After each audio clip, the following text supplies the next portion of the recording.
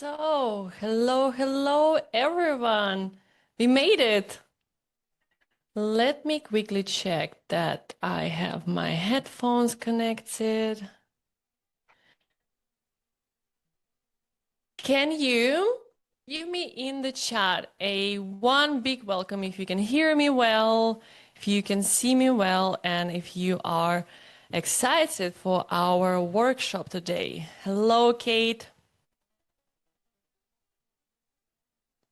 So, hello, Linda.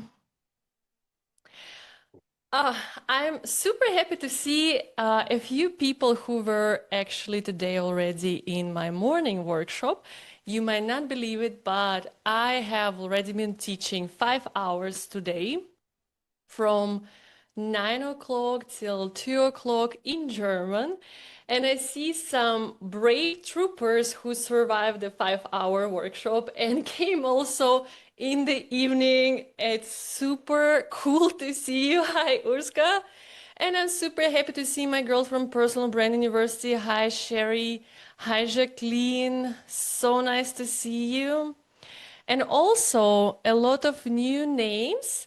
So before we start, guys, tell me where you are at in the world, where you are tuning in from. I would be really happy to see who is everyone today in the meeting.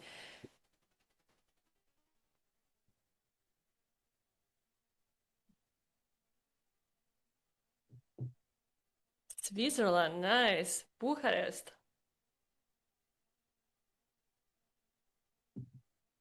Sweden, Salzburg, Switzerland. Nice, super, really great. Excited to have you all here today. So let me introduce the team behind today's workshop. We have Manuel on the other end. He's going to be our MC and our timer guy for today because we will have a ton of exercise that we will be doing here in this workshop because I want you to come out with a strategy. I want you to come out with real done exercises value so you can start implementing tomorrow. And Manuel will be in charge of the timer and the music. I will take 1 second to set up all of my tech stack around me and then we will start, all right? 1 second.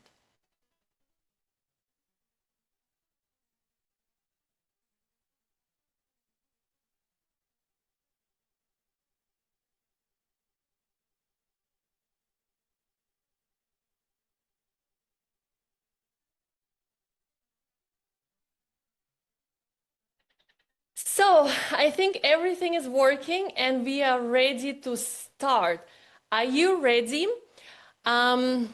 Here's what I want you to do. So to better get to know each other.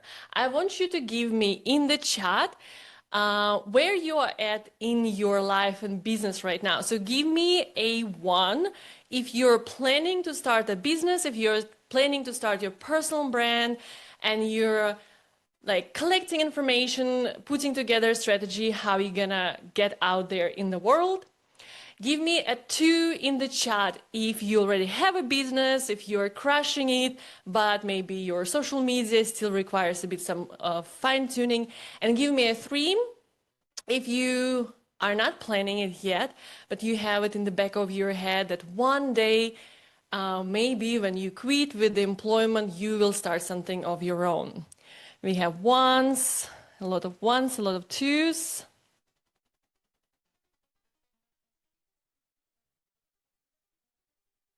Awesome. Awesome. All right, guys, let's start our session today.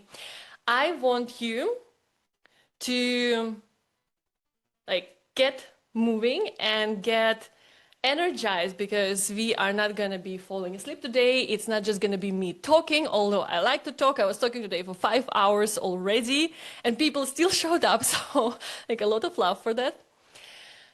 But I also want you to be implementing. That's why it's not a webinar. It's a workshop with real exercises. And what we are going to be building today is a system. You guys are saying that you're planning to start a business, to build a brand. Some of you are already actively working on it.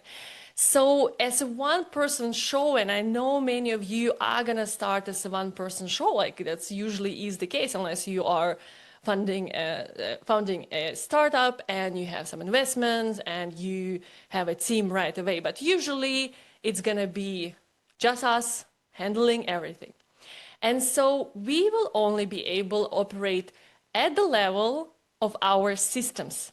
Because if we have to start everything from scratch every single day, we have to start our content strategy every single day, if we have to think every single day, okay, what should I post today? If we have to start thinking, okay, how do I sell today? It's going to lead to decision fatigue. It's going to lead to burnout, to frustration. It will slow down our results tremendously. And in the end, we will think that, okay, entrepreneurship is a shit show, which is not. It is sometimes. Like sometimes it's really frustrating. It's like an emotional roller coaster, but it doesn't have to be if you are confident about the system behind you. And what I'm going to share with you today is the system that I use in my business. So I have a marketing agency and I post content every single day on LinkedIn and Instagram. And on Instagram, sometimes 2 to 3 times a day. So that's mental. And I have a weekly newsletter and we have retainer clients. So I have, right? Because I only have, it's me, a partner of mine who does web design and brand design, and my virtual assistant who is helping me with different like little things to help ends meet, but not like working with the clients. So, and I manage clients, retainer, content projects. So I have to be super, super organized and I have to have a system. Otherwise, I would go bonkers. So this is a system I'm going to share with you today. So you as a busy individual, maybe you have multiple business running, maybe you're a serial entrepreneur, but if you still wanna grow your personal brand, if you wanna be visible, if you wanna be out there, if you wanna stay consistent, consistency is just as good as your systems are. It's just as good as if you know what's your next step, if you know what you did 1 week ago and you know what is coming in the next week. So I'm gonna share with you the complete system today. And you're gonna say, hey, but you do it professionally, that's why it's easier for you. Maybe. It's a bit easier, but anyone can learn that. And anyone can build themselves a team, but not any kind of team, an army of AI agents. And I'm going to also share with you how it can look like, because this is what we've been implementing in my business in the last few weeks, I think. And Manuel here, who is an MC and the timer master today, he is the one who actually builds those agents for my business and also for our clients. So I will show you what's possible. So you don't have to hire people, so you can find the best system that works for you. Does it sound like a great chat, a great workshop? Give me a yes in the chat if you are excited and want to learn and create a system for yourself.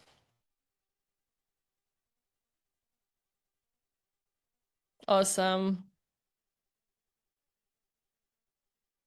Cool. Great. We have 2 hours together. 2 hours is not much, but let's try not to go overboard. I will do my best. And I also recommend you to get some tea, although that might look like a beer cup. I do have tea. It's a tea bag in here. So for you to not get thirsty and keep your energy flowing and stay hydrated, I recommend you getting something right now. Now, for everyone who doesn't know me, I just want to tell you quickly my brief story how I came to doing what I do right now. So my marketing journey actually started in a cancer research lab.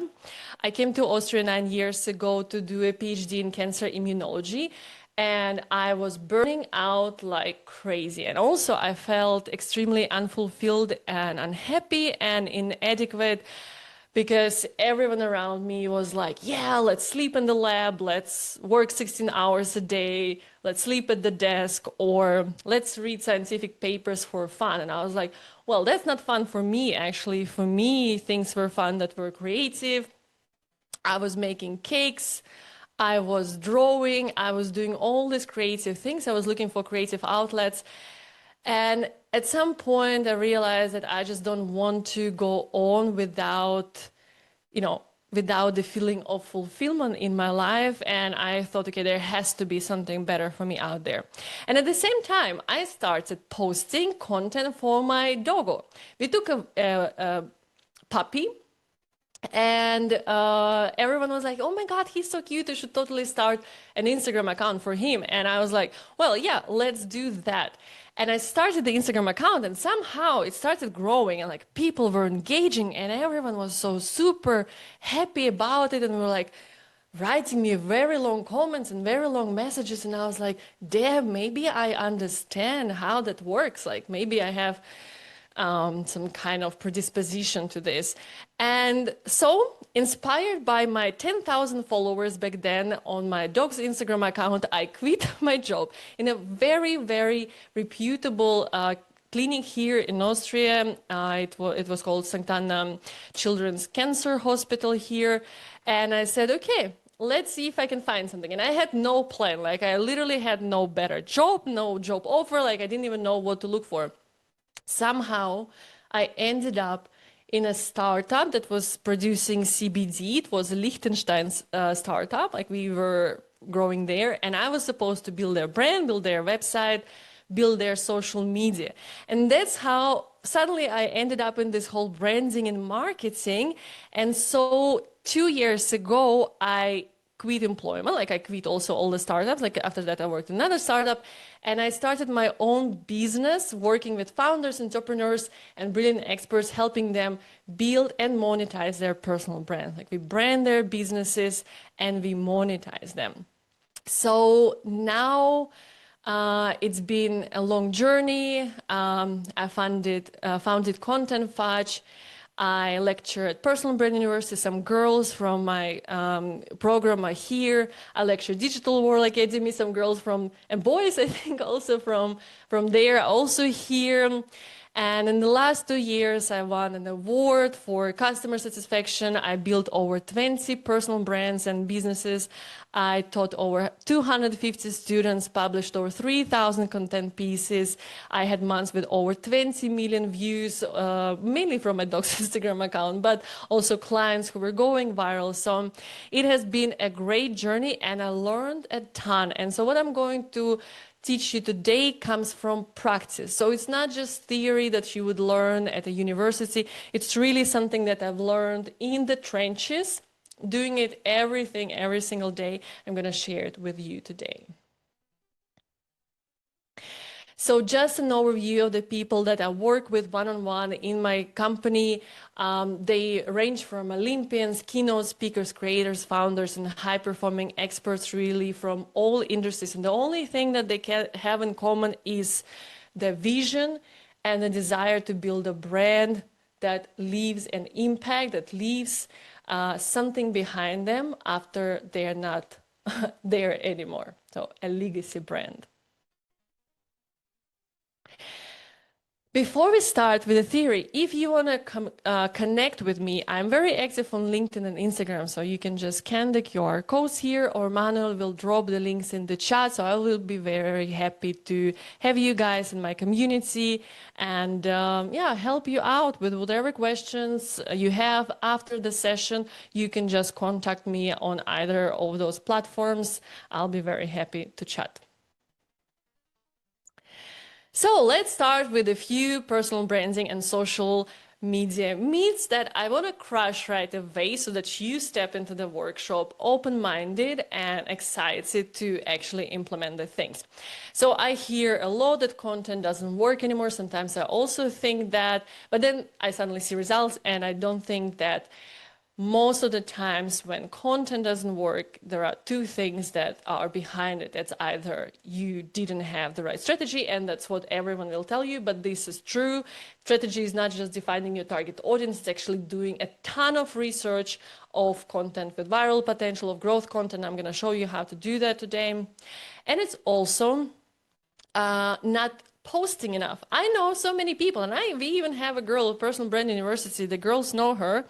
She went viral a couple of times last year, and then suddenly she stopped posting. And I was so disappointed, because this is like, people either quit before they see results, or they quit because maybe they are afraid of success because they saw results. So two reasons why they might be quitting, but they're quitting nonetheless, and that's the reason why things are not working out. So yes, content will work if you stay on it, if you have a goal to do it for 90 days, and then if in 90 days, after doing all your due diligence, after doing the research, after doing the things how you're supposed to do, if it doesn't work, then we can talk, and then we will be like, okay, algorithm sucks.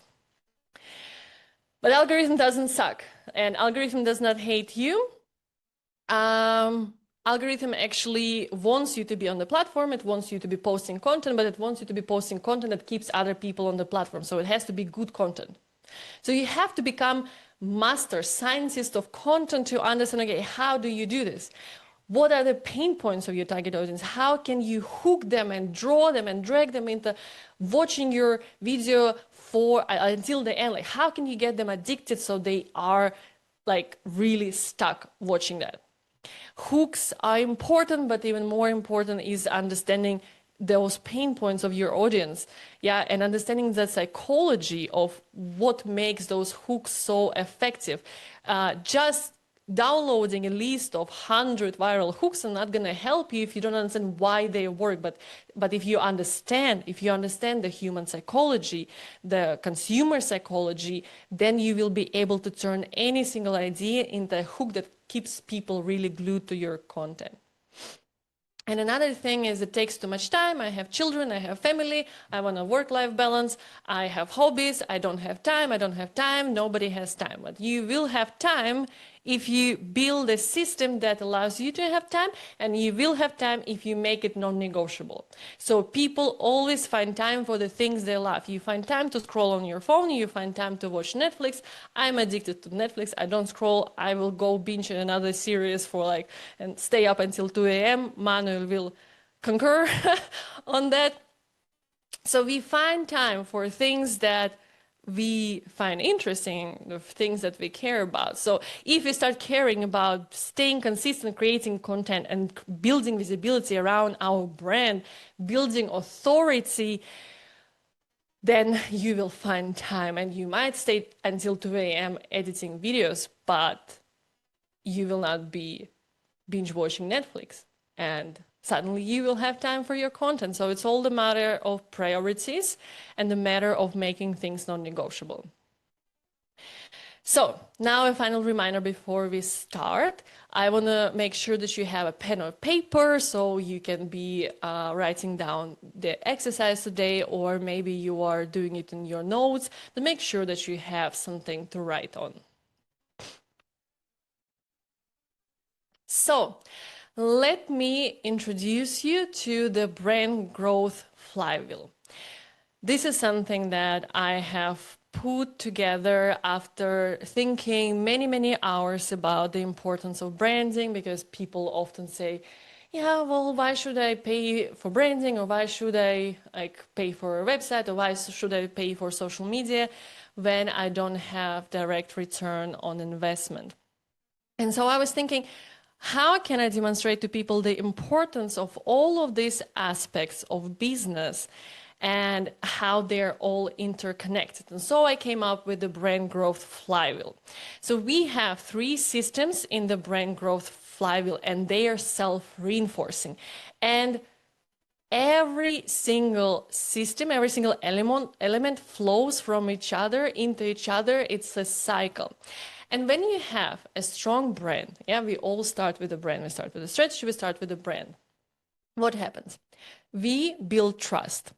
When we build trust, we have marketing that performs better. We have ads that perform better. We have cheaper cost per lead.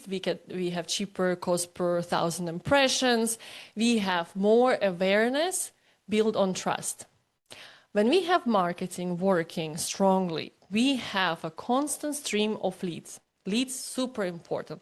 And then the sales become easier, and we generate revenue easier. Our close rates get higher, our sales cycles get shorter.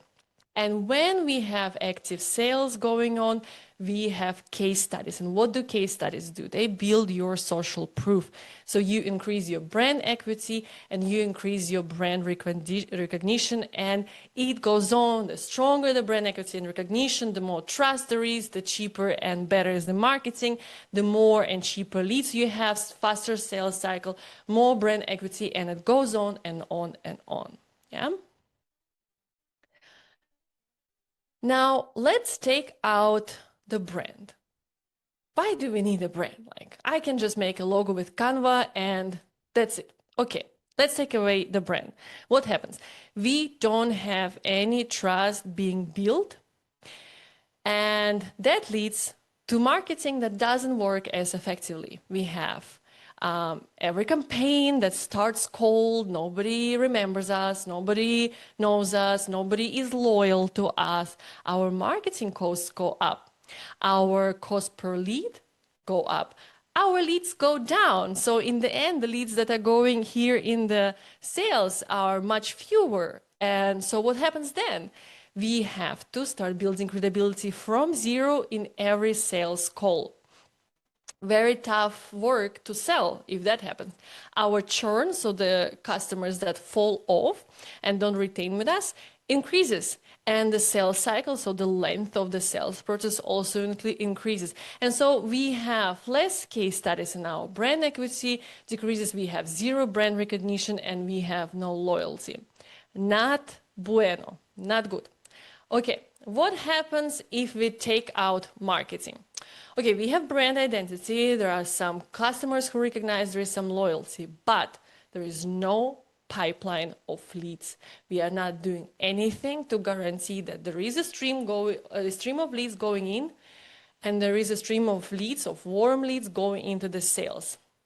So if there is no pipeline, there is no revenue, and our cost per acquisition goes up. The close rates go down, the sales cycle increases, the growth ceiling, we reach the growth ceiling because at some point, our sales team is there to acquire customers instead of the marketing doing that job. So we are very limited, and then the same happens to the brand. So what happens if you take sales? And this is something that I hear so often. Oh my God, I hate to sell myself. I hate to promote myself. I don't want to sound pushy. I don't want to sound salesy. And so nobody sells. What happens if you guys don't sell? There is no revenue, there is no feedback loop, brand and marketing cannot learn what actually works. So in the end, you might have beautiful brand, you might have visibility, brand recognition, you might have trust, maybe your ads are working, but you are not earning anything because you are not closing anything. So every single one of these has to exist for a strong brand and a strong business. There is no way around it. But the brain growth flywheel is just the foundation. Every single element can be broken down further into additional elements. And so, for example, in brand, we start with strategy, positioning, narrative. We have visual identity design. We have website, online ecosystem creation. In marketing, we have Grand Slam offer, your irresistible value that you offer. We have content. We have building audiences. And in sales, we have discovery calls where we close, we have sales funnels, and we have ads, live events, live launches, whatever is the strategy. And so today, let me annotate something here. Wait a second. Yeah. Today, I cannot go into every single part of this whole flywheel today in just 2 hours. That would be crazy. That's why we are focusing today on content, on how we educate people and create proof around our brand, and how we build the audience. And then I, of course, show you how we connect this to the sales, so this flywheel is really seamless.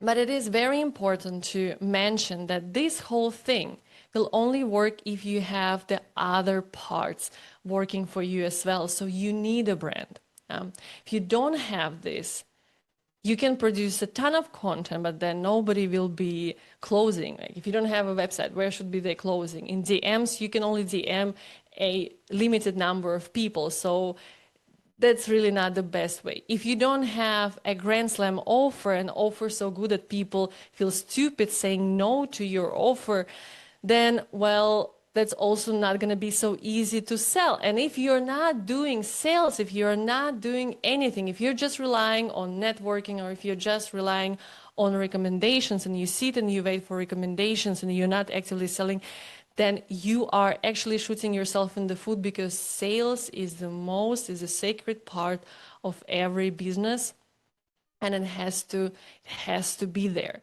So we're gonna go deep into this part. But if you really don't have any idea right now about any other parts, then I recommend you to jump on a call with me. We can have a short chat and see what is possible for you, what can work for your business model, and I will be happy to just completely for free to chat with you about that. And just so you know what is possible in general, here are just a few people that we worked with in the last year. And so, for example, this is January. She is a wealth manager and keynote speaker. We built her differentiated brand. We built a standout website. We built very strong social media. She didn't even have a lot of followers. Like, we just managed to get from like 200 to 600. But then she booked one keynote, and from that keynote, she came out with bringing in business worth 250,000 euros. So that's what's possible if you have a strong brand, when you get invited to speak on stages and people really value what you have to say. Or for example, Julian here, he's a tennis coach and keynote speaker. We just launched his website, and he did the first launch of his retreat, and he came out with 15,000 revenue from it, just from the very first launch. So it's really, really possible if you have a strong brand equity. And for example, Katka, we built a beautiful brand. We run ads for her face massages here in Vienna. We got rows of 15, which was crazy. After 2 days of the ad campaign, she was booked out for 3 months. So it's really possible, and we make sure that all of our clients get direct return on their investment. So in case you want to chat with me about what's possible for you, here's again a QR code, and Manuel will drop a link in the chat so you can book it.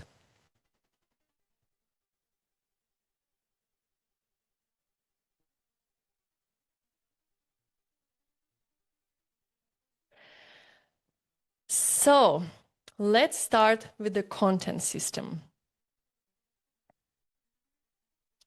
Here's what an actual content operation looks like. And you need to have a team, obviously.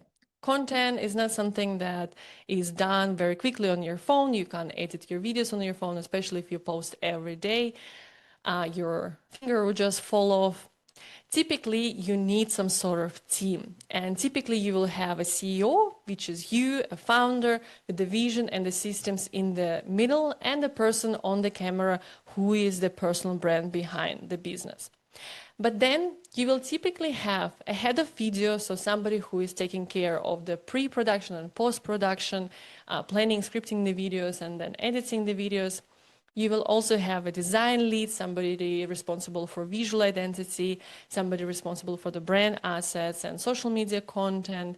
You will also have a person responsible for creative strategy, so somebody who researches, plans, distributes, approves everything together with you, and head of copy, somebody who, okay, here's a copy-paste mistake, somebody who takes care of all the written assets.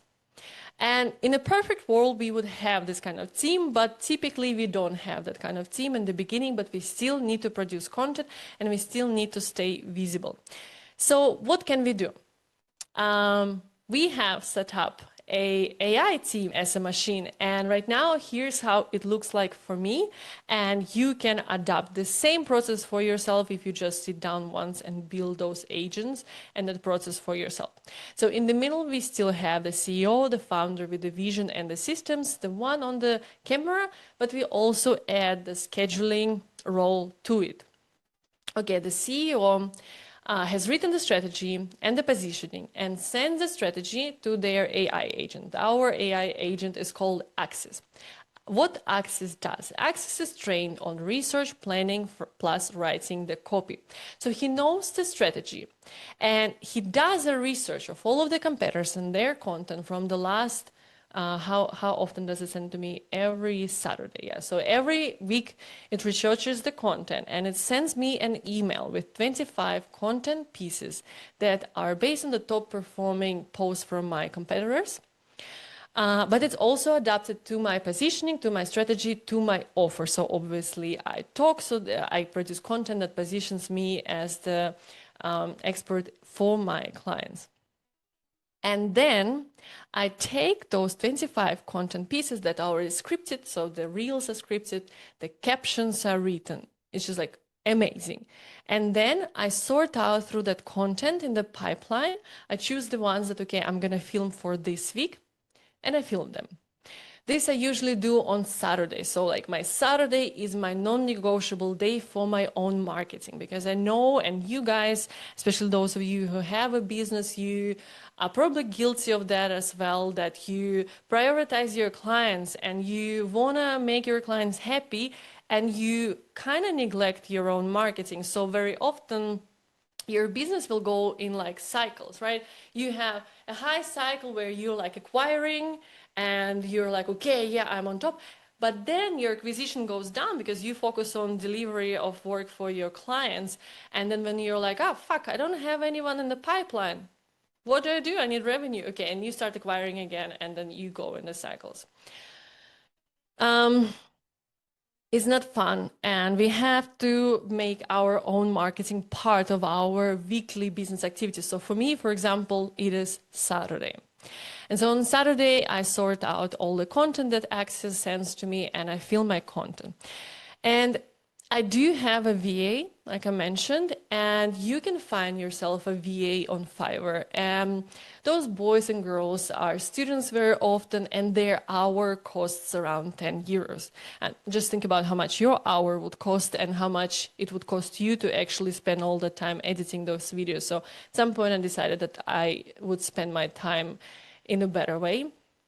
And so I send my raw videos with the scripts to my VA, and she edits all the videos. And in the end, I don't pay more than 200 to 300 euros every month for that. I'm happy to pay that when I can focus on making my clients happy. And so she sends me the videos, I approve them, and I schedule them. And so the flywheel continues. Okay. This is how it looks like if you have a nice AI agent. If you don't have the AI agent, you will have to do the research and planning yourself. But you can still have a small flywheel if you add a person who helps you editing. This is like the easiest step to outsource. Now, if you don't outsource anything at all, then this will be rotating around you, which will be tough in the beginning. But in the beginning, we have to bring the sacrifice of our time, and then we have the money to save our time. Then we invest money to speed up the things and move faster.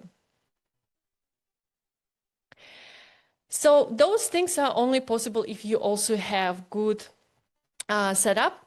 Like you have the pipeline, you have the content calendar. And so for me, this would only be possible, and for all of our clients as well, with the right pipeline. And I'm not talking about content calendar, a video production pipeline or any kind of content production pipeline, be it carousel, be it LinkedIn posts. They should all go through the pipeline, and this is downstream of the content calendar. So the content calendar comes next. And so here's how just part of our pipeline looks like. I drop all of my ideas that I'm collecting during like the week, or for example, that Access sends me whatever I approve, I drop in here. Then whatever I already researched or Access researched, I copy paste in here. And then on Saturday, I sit down, Go through all of this and just drag and drop. This is like just a Notion. Here's the link to your pipeline. And if Manuel has not already done that, he said he will send you right now the files with this document, and there you will have all the links as well. So they're embedded in the document that you get at the beginning, at the end of the workshop. And so this pipeline in the Notion is just drag and drop. And so, for example, you say, okay, I have enough information for each and single post. I drag and drop them to the film, and then I start filming them. And then as soon as I film them, I pull them to editing. And as soon the editing is there, Jessica, who is my VA, she goes inside and she sees the script. She sees what's the order. She sees also if there are any like popping up things that have to be in the videos, like a graphic or a video or an image or a photo. It's all inside.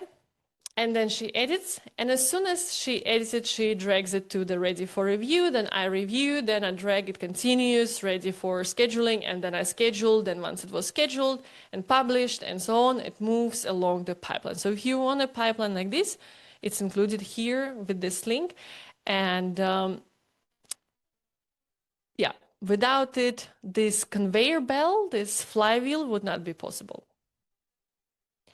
Now, once you have all of those videos ready for publishing, now you need to schedule them. And obviously then you need a content calendar, but that's only then, that's only after that, because if I had all of this stuff in my content calendar, which serves, by the way, content calendars serve completely different purpose. That's just to organize your monthly content publishing, but not content production. So if I had all of these ideas and researched ideas in there, it would be a total mess. And so in content calendar, we just have the posts that are scheduled for specific days. And I have created this content calendar that's different from others in Notion, that other templates, because I have tried and tested a ton and they were never as good and as, they never gave me a very good overview. So for example, the one that I created has the month. Is somebody not muted?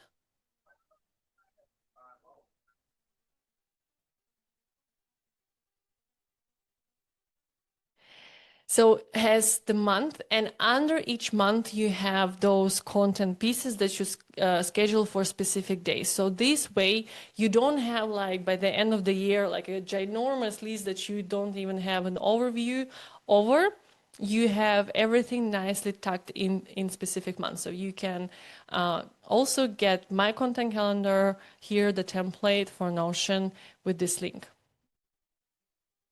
Okay, now that we know the production process, yeah, we know what tools we need, we know how it should follow each other, what is our next step? The next step is expectation management. I want to tell you a few things, what you can expect when you start building your personal brand online.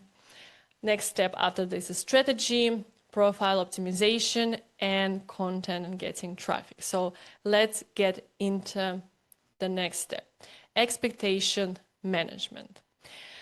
Expectation management is very important to not be frustrated. And I want you to remember this thing after today. Algorithm wants you to succeed, but it wants you to succeed in a very specific way. It wants you to keep people on the platform. Why? Because this is how Meta and other platforms make money. When people are on the platform longer, you see more advertising. If you see more advertising, you buy more. And if you buy more, those advertisers pay more to show you more ads for you to buy more. And it's also a flywheel. And that's the purpose. Meta makes money if people stay on the platform. And as a creator, as a personal brand, you will get special conditions. The algorithm will actually prefer your content, will push it over business content, because they know as a creator you are producing something valuable. So yes, algorithm wants you to keep people on the platform, so you need to go along with the algorithm and think, how can you do that? And the way you can do that is by creating a ton of value for your audience for free. And I'm saying literally giving away all of your best stuff, like literally not keeping anything back. So create content so valuable that people don't have to hire you. Seriously, do not hide, do not gatekeep anything. And people very often tell me, but what should I be selling then? They will not buy from me if I have taught them everything. That is not true. People will pay you to organize all that knowledge, because just imagine somebody learning something from those 10-second videos on Instagram, or let's say they're 60 seconds, but it's not a YouTube lecture. So you can really give away all of your best secrets. People will still pay you because they will have this possible positive feelings associated with you, like, wow, she really shared that. Oh my God, that was so valuable. Thank you so much. Like, you are the one to work with. And really, people will stay loyal with you, and they will buy from you if you do that. So consistency. Consistency is the cost of entry. Entry is not anymore starting an account and wanting to be an influencer. Uh, Entry is posting content consistently, not once a week, not once a month, not periodically, consistently. Only then you can have any kind of expectations of getting any kind of results. If you have not been posting consistently, even at least 4 times a week, forget of getting results, like, you're not gonna grow. But your systems are what determines how consistent you are, but you still need to invest time. You still have to commit. You still have to dedicate a Saturday and say, Saturday is when I film and Saturday when I sort out my content. Nobody will do this for you. Nobody will come to rescue you and say, hey, let me do your content for you. No, it's gotta be you. You are for your own rescue, and you need to invest time. And that is why I want to start now with the following commitment, my content creation commitment. This is our first exercise for today. I want you to take your pen and paper and write down the following things. So I commit to creating content consistently for the next 90 days. So this is just an example. This should really be minimum 90 days. Less than that will be difficult to see results. Although we had clients who went viral even in the first months of our content creation, but let's say 90 days so that nobody is upset. And you can put your own number. I put my number for this year was 365 days, and so maybe this is your number as well. Then you will write the commitment of what team you would like to have, like how you will set up your content creation system, because you don't want to wake up tomorrow and decide, okay, how do I do it today? No, this will lead to decision fatigue and decision paralysis, and like you will not be able to do anything. So decide right now and commit to this. I will act as a CEO, or I will act as a CEO and video editor, or I will act as like everything, or I will hire a VA. I'll get help from this person who can help me, for example, edit the videos. Or I will build an AI agent who will help me research the content. So like whatever you can imagine your pipeline looking like, write that. And then write the fixed time when you're gonna do it. So you're gonna commit right now, and you're gonna commit and you're gonna stick to it for whatever time you set the commitment to. And you will say that, for example, you will sit down to film and edit every single Saturday from 10 to 10, 10 to 2. Choose your own time. Maybe you want to do it in the evenings. Maybe you want to do it in the night. It's up to you.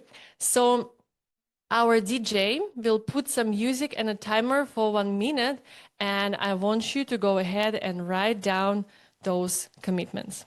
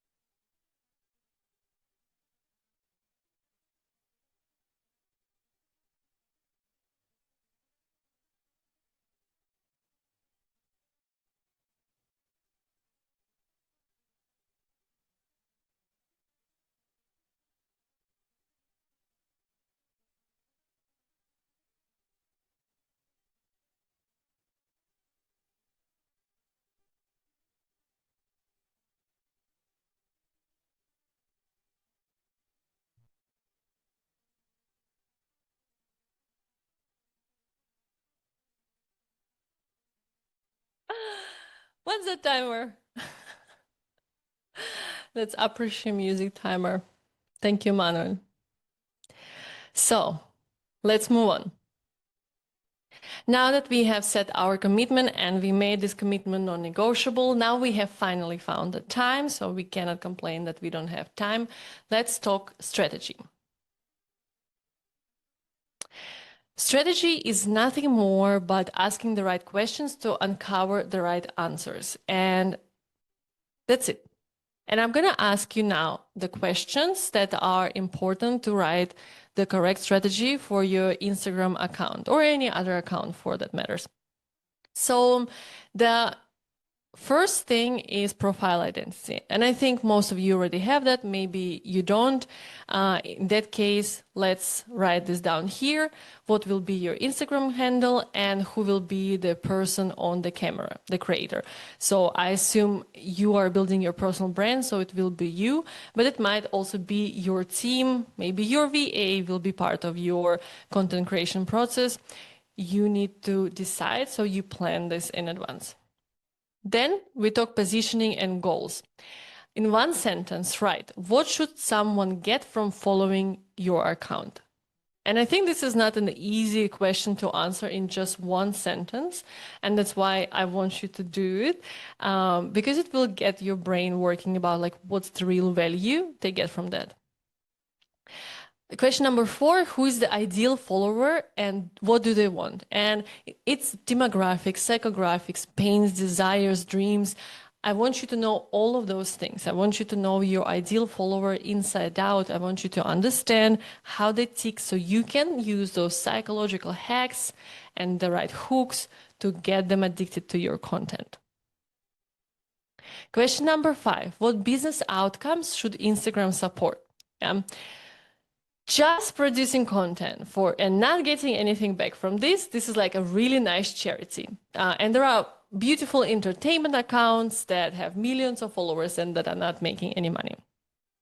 I am quite convinced you don't want to be those kinds of accounts. You don't want to be a charity who just entertains strangers and shares a lot of knowledge. So there has to be some sort of business goal that you're pursuing, and it can be direct revenue, it can be leads, it can be recognition, it can be visibility. You need to decide what is the right goal for you. Then we go to content format. What format will you focus on? Some accounts only produce videos, some accounts only produce carousel, so choose what is possible for you. Question number 7, how often do you plan to post? Also, very important question. Generally speaking, right now, if you don't post every day, it becomes quite hard to grow unless you already have an established following. So for example, my dog's Instagram account has 46,000 followers and I post maybe once a week, but we still grow, although very slowly, but all the former content compounds. I take old posts that have already gone viral and then repost them. So we still keep growing. I just don't have to produce so much content anymore, but we have already an established following. If you're just starting from scratch, you will have to commit to posting more often. And yeah, that's why the next question, what is the realistic production capacity? What's possible for you? Then we have the next section of the strategy. And by the way, this is like a brief that we do with all of our clients. So this is like real stuff. Number 9, how should captions and scripts feel? This is about how do you talk to your audience? How do you sound? How do you make people feel? Number 10, can captions wear or be provocative? This is also something you need to decide. It's become hard to stand out if you're not provocative or contrarian in some way. And captions that say like, unfuck your strategy are really loved because very few people dare to put it out there.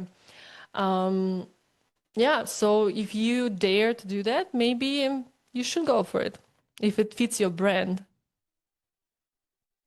The next section is competitors and references. Instagram accounts we're studying as references or competitors. So here I recommend you to put at least 10.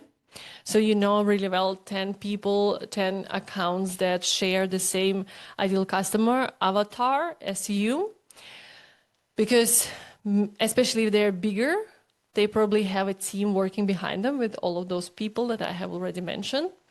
And if that's true, you're gonna wanna really study their account and kind of reverse engineer their content because they just have more resources and capacity put into it. And best existing content, like whatever worked for you already, you should list all of the links and descriptions and then analyze what made them work. And when you have done that,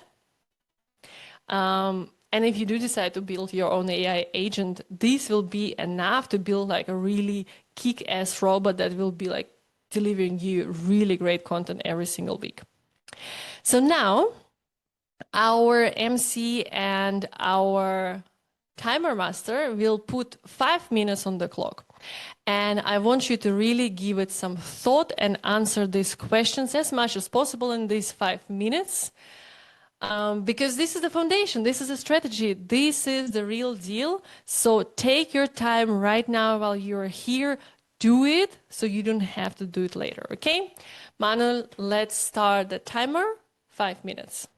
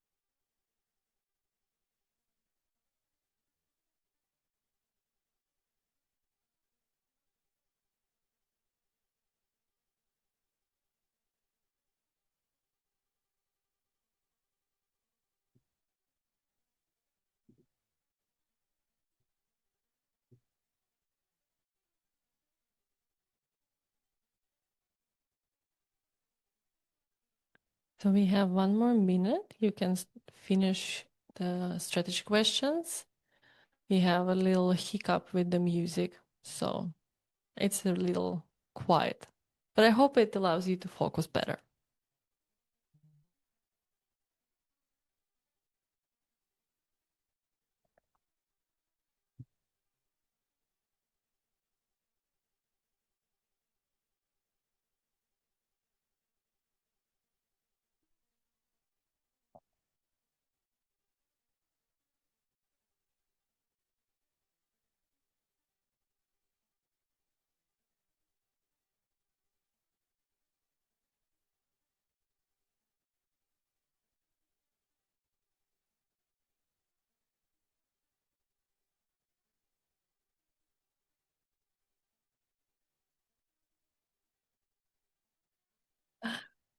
It plays different music every time. I love it. All right. Team, let's continue. We are a team today because we are doing this together. All right. Next step is obviously to discuss, okay, what will we be posting about in our content? And typically you will start planning content pillars, and that's all good and yeah, right. To some extent, this is how everyone used to plan it. But as a personal brand that wants to build thought leadership, that wants to build authority, you actually should be thinking in terms of intellectual property. And that's why the way we work with our clients and what I teach my students is creating intellectual territory ownership through content worlds. So what does it mean? Instead of defining like 3 content pillars, you define 3 content worlds. But the difference here is that these worlds overlap. So they don't leave siloed and separate from each other like content pillars. They are connected. And what's the beauty of them being connected like this? When your worlds are connected, you can create your unique IP in a way that you connect major topics that you post about. So let's say you post about branding and content creation. And here, for example, your unique IP will be talking about how your positioning affects your content formats, for example. This would be your individual thing. Yeah, the connection between the other few words. So for example, if you are posting about content creation and AI, then you can be posting about, okay, how you can use AI to produce content faster or better. And in the middle is your unique value proposition, because you are the only one who has those content worlds. Typically, it's rare to find people who are so passionate about the same 3 things that they can talk for hours about those content worlds. That's quite rare. Usually we have our inclinations towards one topic and less towards another topic. And even in branding, for example, I talk about one of my major themes in branding communication. Somebody can be talking about brand design, and those are 2 different things. And then they can talk about how you can use AI to do brand design. I will talk about how you use AI to write better content. So there are, or create systems like what we are talking about today. So the worlds allow you to create your unique IP and unique positioning that only you have on the surfaces of social media. So this is our next exercise. I want you to take 2 minutes and think about what are your content worlds? What are the 3 major topics that you want to talk about, like that you're so passionate about that you can talk about? So, because as soon as you force content, that's when people start feeling it, and then you can't really stay consistent with it because you don't have the passion, you don't have, this coming out of you, this energy that you want to do it, you want to share it with the world. But when you're passionate about something, you can teach today like me from 9 to 2 and then again from 7 to 9, and you don't get tired and you keep mumbling the entire time. So now I'm gonna start the timer myself, because if I want to play the music, I have to do it myself, unfortunately. So let me try this. We have timer 2 minutes. I'm starting the timer and I am No, I don't know how to start the music. Okay. Then we will have to call Manuel again so he can manage it somehow. So I'm gonna share my screen.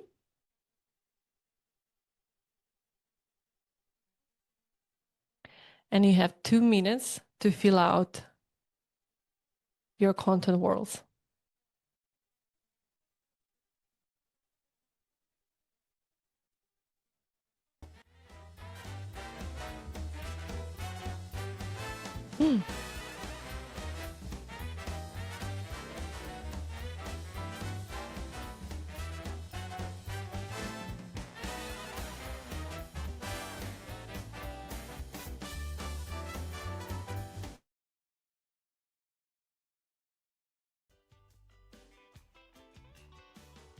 Did I manage with the music? Can you guys hear the music or did I fail again? I managed. Why can't I hear it?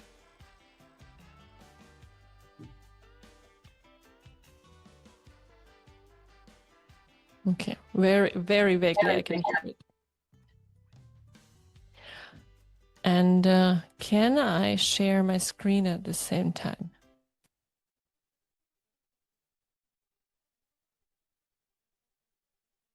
Mano, is the music playing? I hate Zoom. You guys, I'll try to figure it out and somehow by next time. It has to be possible, but I have no idea how. So as soon as I start sharing my screen, the music is gone again.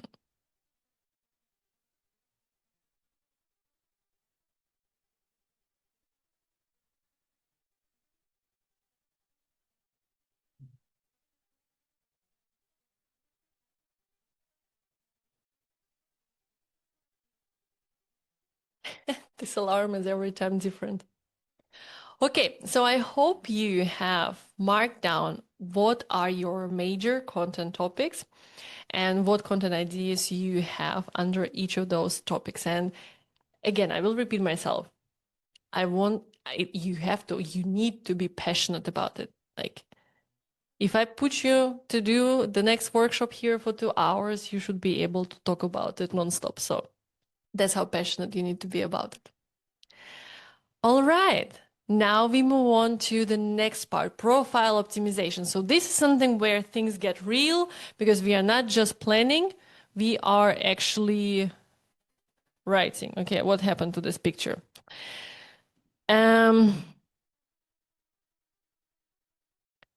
Appearances matter, you guys. Even though we would love to think that if we are smart and kind, people will not care about how we look like, that is not the truth. And there is this study from 2 years ago. It's really old, but it still is real.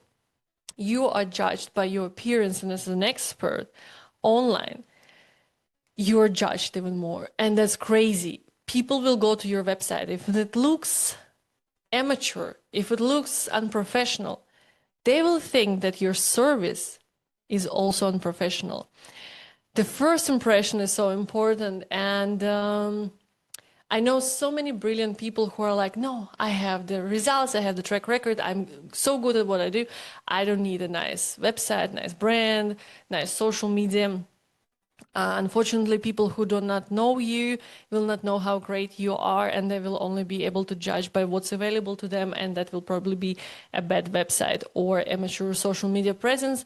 And that's why today we are optimizing your Instagram account so it looks kick-ass, so people come to you and like, wow, this person knows what they're talking about, and I can trust them because they look credible. So we are going to turn your account from some shabby little old car into some kick-ass. Is it Mustang? It looks beautiful, new, modern, like it knows what it is doing. So let me show you an example. This is a person in my group coaching program, and last year she actually attended a workshop similar to this one, but we were talking way more about content production. And so after that workshop, she has increased the production value of her reels, but not like in a tremendous way. She just got a better light and better quality. And it started looking from something that she's doing like a desperate housewife alone and at home and trying desperately to produce content to somebody who knows what they are doing with good hooks, with clear branding. And then she got results and she got viral right away. So that was like a really big difference and very small changes in the content production value. And the same was how the difference was visible right away, right now, in comparison to 1 year ago, how she was using her branding, how she was using her photography. So, for example, right now she has a beautiful headshot, very beautiful, friendly facial expression, very clear, close, so a person can actually see her face. She uses the authority content very smartly by posting here her keynotes. She uses her branding really well. Everything is consistent, like she knows what she's doing. The other example of a client of mine, when she came to me, we worked one-on-one. She had reels like she was trying really hard, but it was not really landing for anyone. So basically what we did, we just found one style that she could keep consistent, which is easier than when you have to decide every time, okay, how should my reels look today? We knew exactly how her covers should look, what should be the structure in her reels. We got right away like an average increase in the views, if you can see over here, when she was just starting out, and then after months working together, like 2,000 plus views average per reel, and then improving her content from just ceiling lighting to getting a softbox light to using the depth of her room to demonstrate the nice background. She has gone viral and her followers increased, like she tripled her following in just 2 months. So appearances matter and the quality of your content also matters. So let's make sure that it is the same for you guys.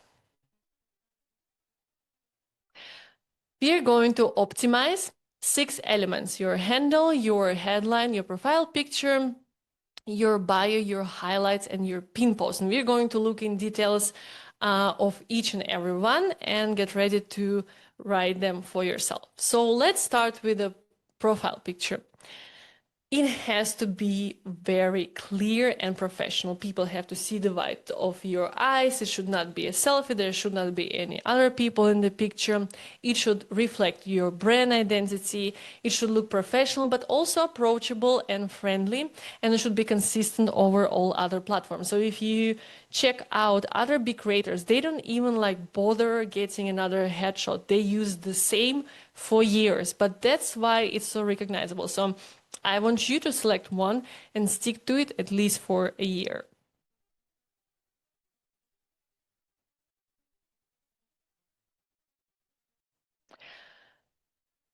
I do not want you to use logos as your profile pictures, especially if you're growing a personal brand. Logos are only then relevant when your brand is well recognized and that logo means something. But in most cases, your logo will not mean anything to anyone. Nobody will know what it means. It's your baby. Others will not really care. So on Instagram, on LinkedIn, use your own personal photo. And if you have a separate page for your business, for your agency, there you should use your logo.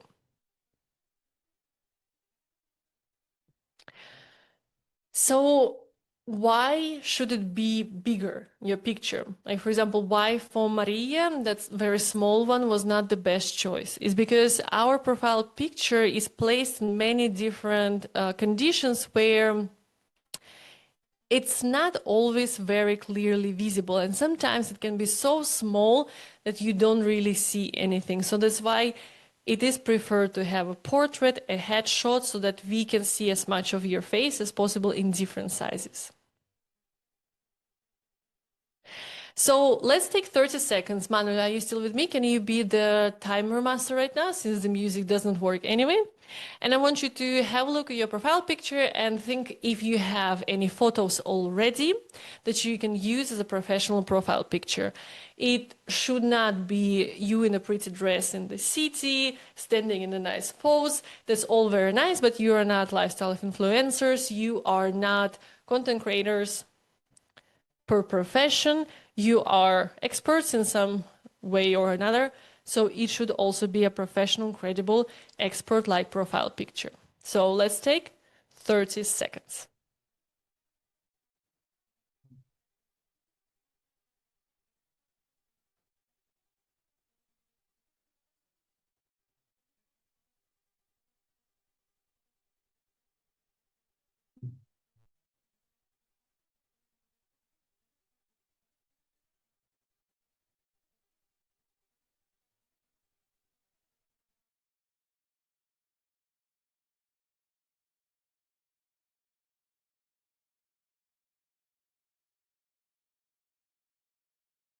Awesome. Let's go on, team, and let's look at your handle. So your handle is this top ID, basically. It's an identifier of your Instagram page. And it's very important to be very easy to spell and remember. And for a personal brand, the rule of thumb is to go with your first name and your last name. Sometimes you can be creative and add some sort of keywords. Here, for example, I have indicated, okay, what is also possible. So just first name, last name, or you can add keywords Physio Emily, especially if your brand name is Physio Emily, which is also possible for a personal brand, or Jane Doe Marketing, also all right. But my recommendation is not to think so much about your keywords in your handle, because actually your handle should be the same over all platforms. Like, you should really try to stay consistent across all platforms. And especially if you're building a personal brand and you have a personal brand website, you want to make sure that your personal brand website has your first name, last name, .com, or whatever country you are in. And then your handles should be the same, because you don't want people sit and guess, okay, how do I find this person? Try to find a consistent name over all of their accounts, and better do not include keywords in your handle, but in your headline. We will mention that next. So now let's take 30 seconds and I want you to have a look at your handle and see if it needs improvement. And if you have any extra symbols, any extra numbers, anything that does not belong there should be removed. A great test for a handle is if you are drunk in a bar, if somebody asks you, hey, what's your name on Instagram? You should be able to spell it, so there should not be like 3 underlines or 3 hashtags or whatever. Like, this has to be very easy, okay? 30 seconds. Let's go, team.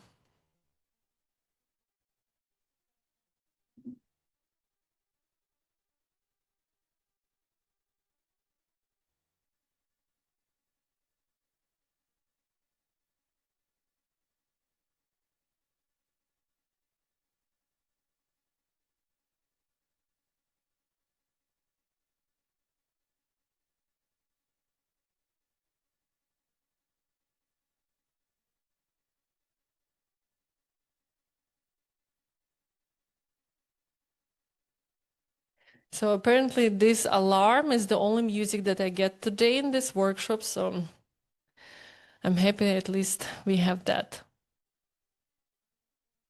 Okay, your headline. Your headline is this bold text above the follower number. And this is a very important line on your Instagram account, because here the keywords that you add are searchable in Instagram SEO. Yeah, because Instagram has its own search engine. So if you want your account to be discovered, you want to put keywords here. Very important.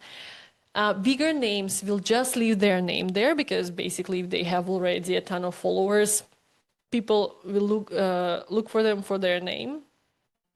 But typically for us, we want to be smart and think, okay, how should we target, or what would people search for so our target audience finds us? And so think about keywords, make sure it's relevant, make sure it's unique and stands out. It doesn't have to be unique, but it's great when it is. And if you're doing business locally, make sure it's geo-targeted. Here are a few examples. So for example, your personal name and then personal branding coach. Very easy, very simple, plenty of keywords. You can write your name, social media strategist, so who you are, and then growth tips for creators, something that people understand what this account is about when they come there. And here are a few bad headline examples. So for example, Jane Doe marketing so bright. That would not be a good keyword. Then the best brand strategies you will ever need. So you don't want to be over promotional, and brand strategist is technically a keyword, but not very easily searchable in the way as it is right here, right now. Helping you build your business is great, but kind of generic. There is no niche, and better to keep things like this for your bio, and better to fill really this part of your headline with keywords. So let's take another 30 seconds and look at your headline and see if it needs improvement.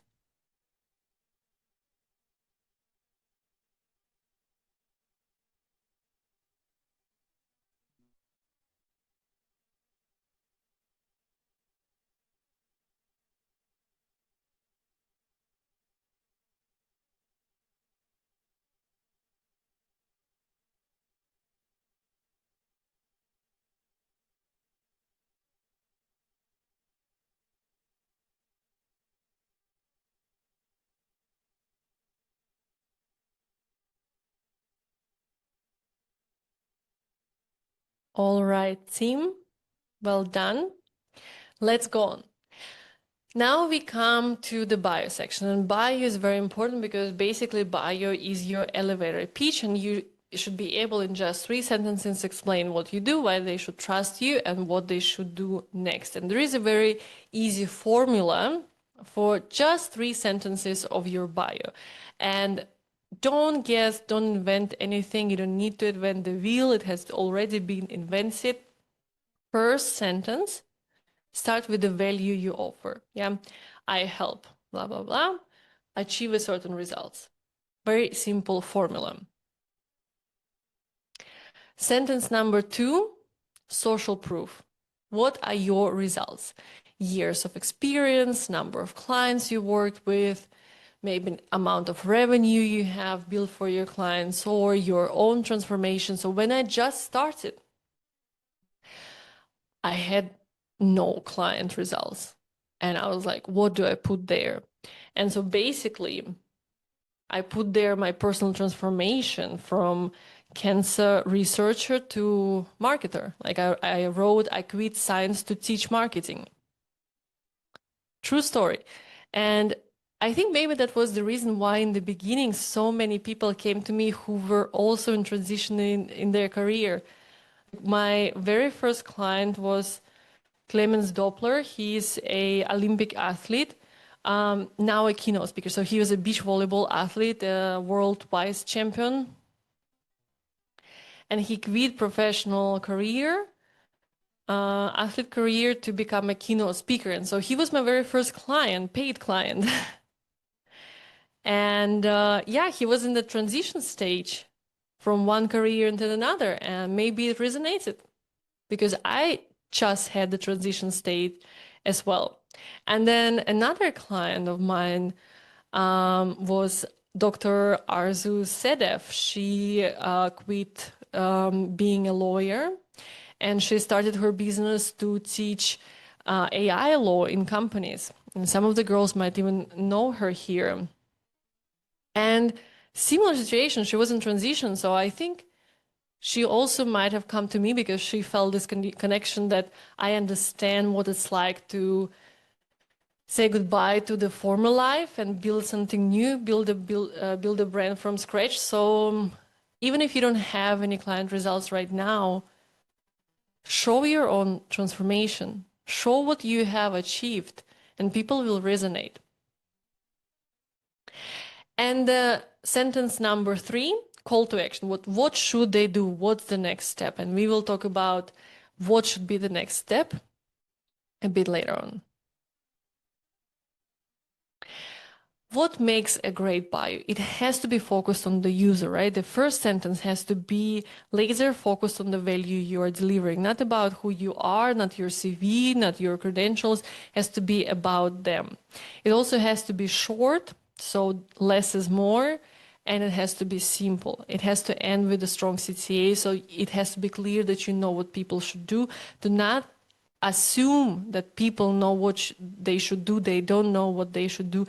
And actually, if they have to think what they should do, if you make them spend calories and the brain energy and power to think, okay, what they should do, they'll most likely take the wrong decision. So tell them exactly what they should do.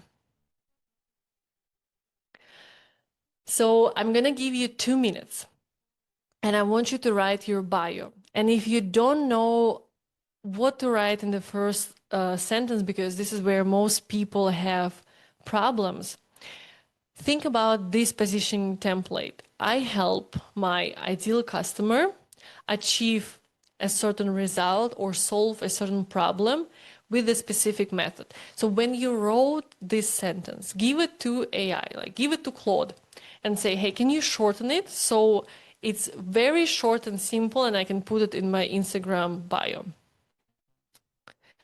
Okay, time master, let's start. 2 minutes.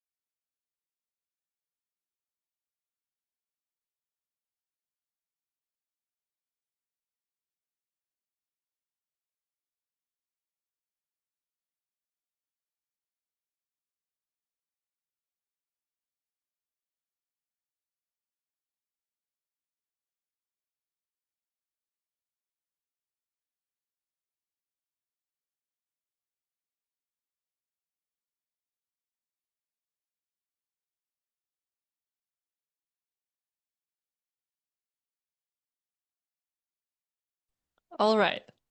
I hope you have your bio. If you want an opinion, drop it in the chat. If you're unsure, there are others who can tell you if it's clear enough. The girls from Personal Brand University are used to it. We always share what we do, what we produce, and we give each other feedback. So they will definitely be able to help you. Maybe Manuel can express his opinion. And I will look into it during our Q&A at the end. So then we have our highlights. Highlights is something that allows you to turn your Instagram account into a landing page, a very strategic landing page. And that's why the highlights is not a dump of stories and beautiful moments that you had. That's actually, sorry, strategic business assets, and your highlights have to follow a specific order and specific formula. So we should always have in the beginning, and best if it is like the very first highlight, a start here highlight. So this is the highlight that tells your origin story and gets people familiar with you, gets people to understand why you do what you do, to understand what you've gone through, what you struggled with, how you overcame it, and what you do for others now, what future you're building for others, what's your vision.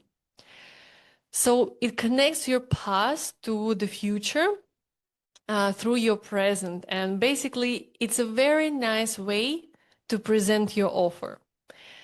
Then you can have a service or products highlight. So for example, I have a highlight here for Personal Brand University because I was advertising it in December.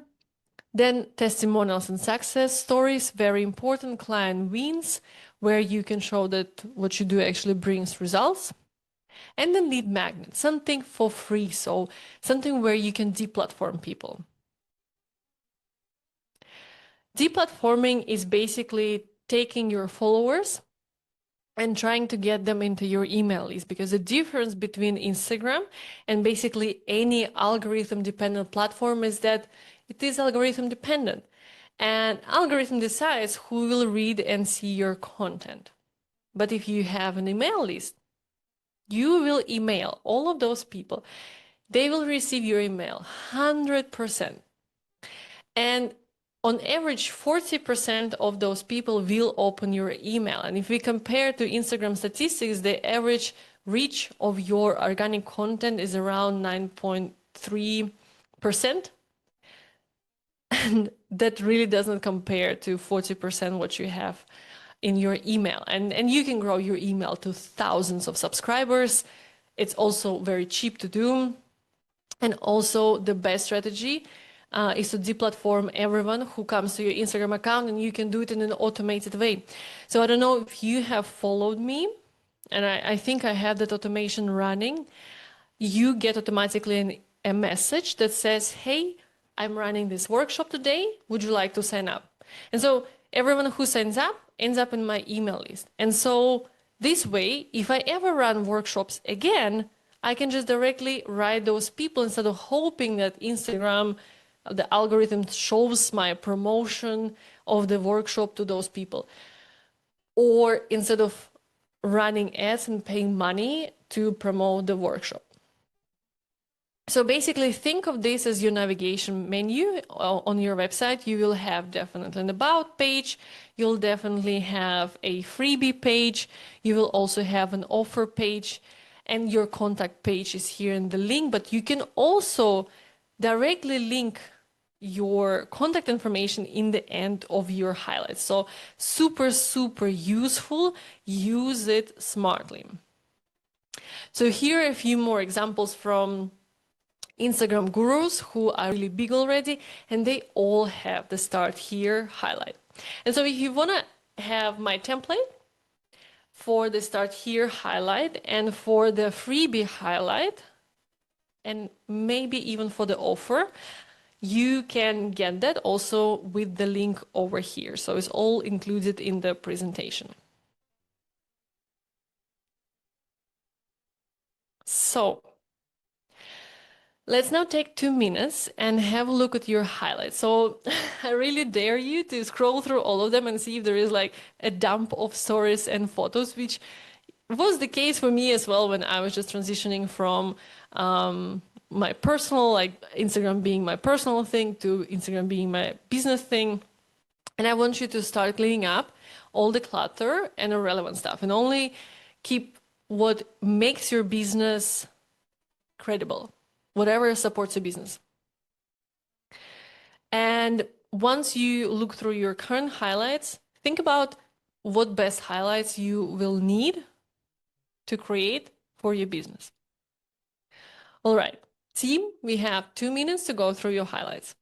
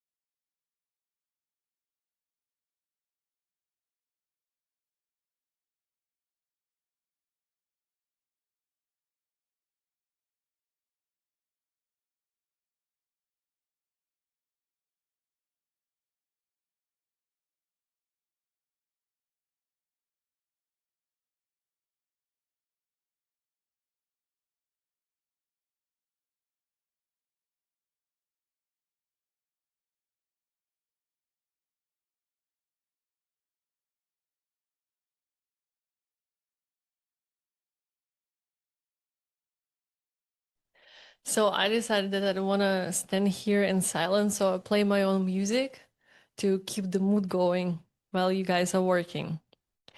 All right, team, let's go. Let's move on to the next part of your account optimization, your pin posts and the top 12 posts. So when people land on your account, they typically will only look at the top 12 posts and they will judge whether they want to follow you based on them. So your pin posts are super, super essential and they also have to be strategic. There is a specific formula for what kind of pin posts you need to have.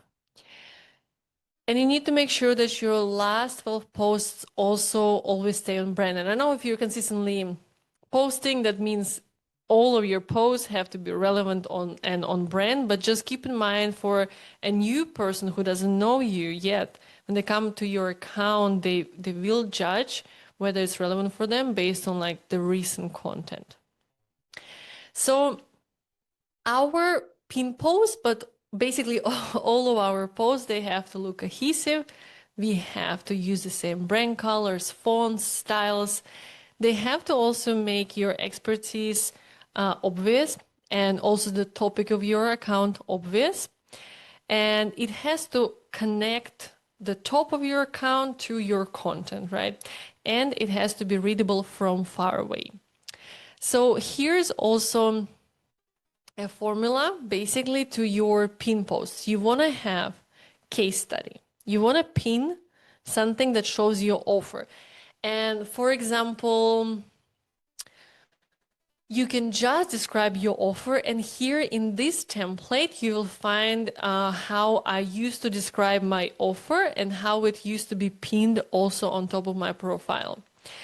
But now, for example, I have created case studies, and you will also get a template for how to create best case studies. Now, basically, the case study outlines the step by step of what we do with our clients. So I don't need to just have like a promotional post separately that describes my offer. I can have a post of a real person who also edited as a collaborator on their account and show everything that we have done with them and the results that we got. So this is really powerful. I would recommend you definitely doing this for yourself. Then the other pin post is a founder story. The same, not exactly the same, but similar. Like you will have the same story, obviously, and you should repeat the same story. You shouldn't like be reinventing it every single time, but it will obviously differ from your highlight. But you should still include it because there are people who go and look at the highlights and there are people who go directly in the posts. So make sure that you cater to both kinds of people because if you don't, you lose one or the other.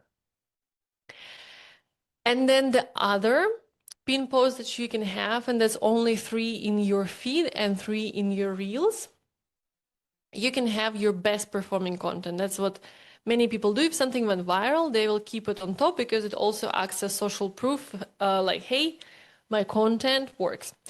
And especially if it's relevant for your business, like if it directly shows what you do, like for example, for me here, building personal brand and creating content, that's like a great post right there. And since it worked well, like I keep it there, it gives really clear context to my account.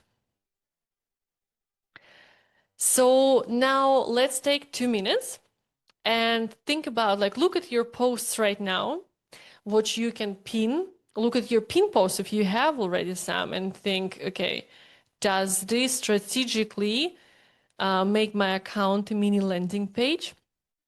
And if you don't have anything or if you want to improve, think about, okay, what kind of pin posts you can create, what you can write inside.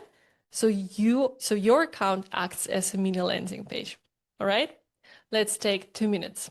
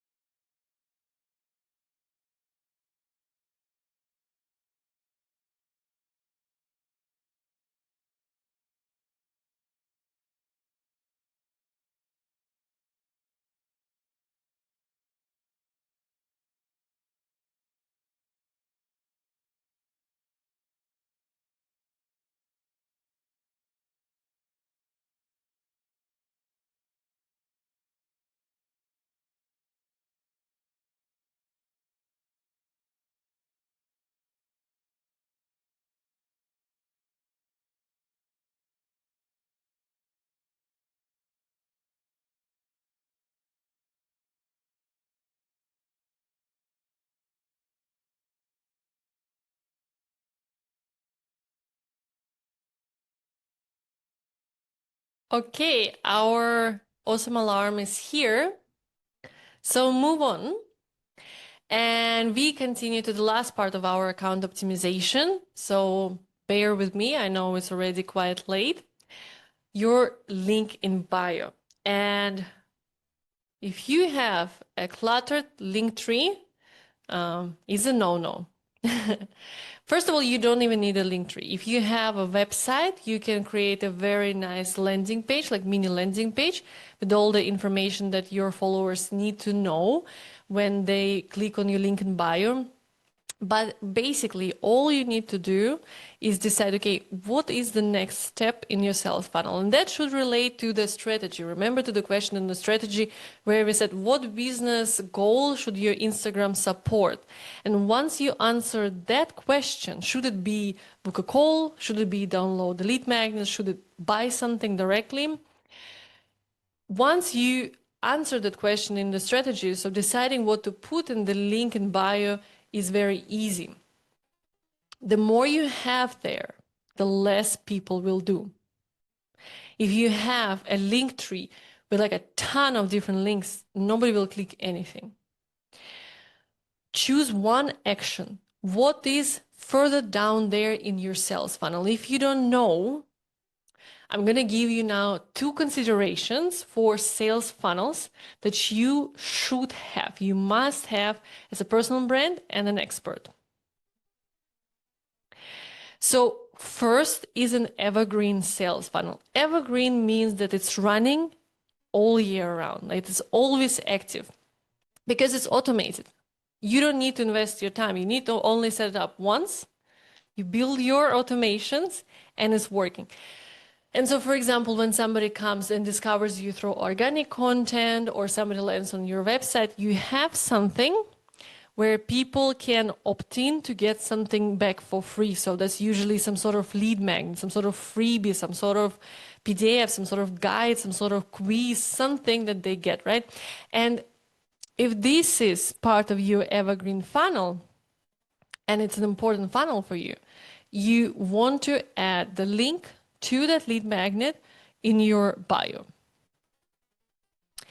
And so people will come to the opt-in page, they will give you their email addresses, you will give them in return a freebie, something super valuable. It can be a webinar, it can be even a discovery call, but that's really something different. It's harder to get people into a discovery call. It's much easier to give them something for free with a lot of value, so they get to know you first. And then you have your automated nurture email sequence. And then there in that sequence, you warm people up to take the next step, which is usually the discovery call. So this is an evergreen funnel that should run all year around. And this is what you can link in your link in bio. Now, another kind of funnel is a bit more complicated, but if you set it up once, you will repeat it and repeat it and you repeat it every month, every week, every few months, depending on what it is you're selling. And it's called a live launch. This is something that you use organic content, advertising, or your website to advertise a central launch event. It can be a free webinar or a paid workshop or a boot camp or a coaching week, anything you can think of where you can meet people in person. It can even be an offline event. It can be some sort of conference. It can be some sort of summit. It can be a book launch. It can be literally anything, any kind of central event where you invite people. And so you have also an opt-in page. And if you have this launch going on, so for example, in December, I was running a ton of masterclasses to get people into my personal brand university. And so I had the opt-in pages from my masterclasses renewed on my Instagram account every single week. And so my link in bio in December was always linked to a new masterclass because I wanted to optimize the touch points where people can discover my masterclasses. And so if you're running a live launch And because the live launch is like in this moment right now, like in this month, it's concentrated effort. You set it there for a limited amount of time. So for example, you can use your Facebook banner also to advertise it, or a LinkedIn banner. Everywhere you optimize the touch points where people can discover it. And so the link should lead to the opt-in page, to that event. People get a reminder sequence to that event. You hold the event. Then there is a post-event sales sequence. And then in that sales sequence or during the event, people book a discovery call with you. Or you have like a typical cart open, cart close period of time where people have a chance to sign up. So these are two funnels that everyone should be exercising. And especially if you are in education business, or if you are teaching, if you offer some sort of coaching, or if you are in service business and you do websites, you do photography, you do branding, whatever it is you do, teaching or like educational or service, you need these ones. You cannot just be sitting there and wait until somebody discovers you and says, hey, I want to work with you. You need these funnels to actively acquire clients every single month. So what do you need for this? So you need a website with tracking, especially if you're running ads, and you need an email marketing platform, because as you can see, in every single funnel over here, you have automated email funnels. And there are many different email marketing platforms. And so if you want to know which one I use, that's ActiveCampaign over here.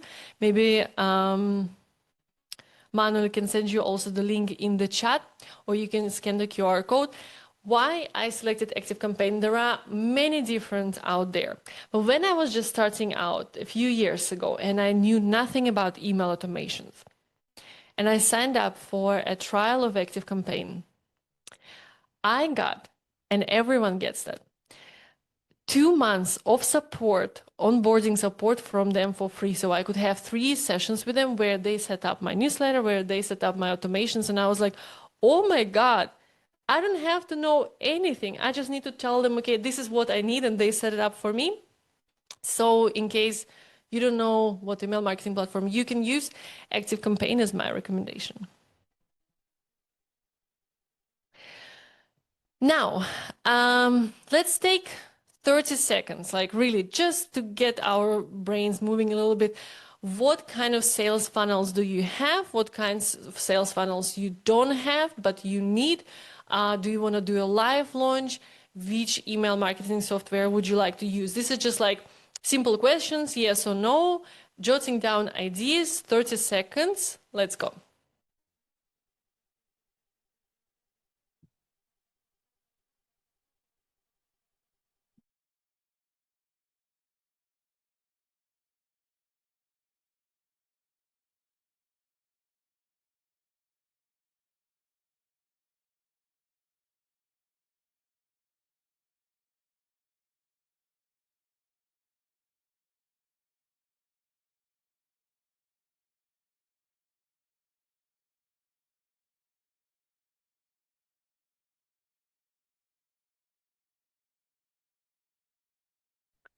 All right, team, let's move on. And now we are coming to the final part. Now here there will be less doing, more listening, and we're going to be talking about traffic and how we create content that brings traffic to your account so you grow, so you acquire clients, because you now have mapped out all the systems.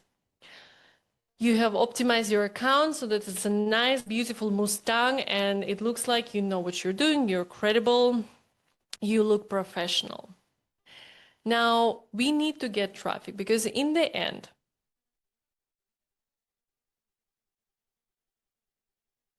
the growth of an account comes down whether people see your account or not.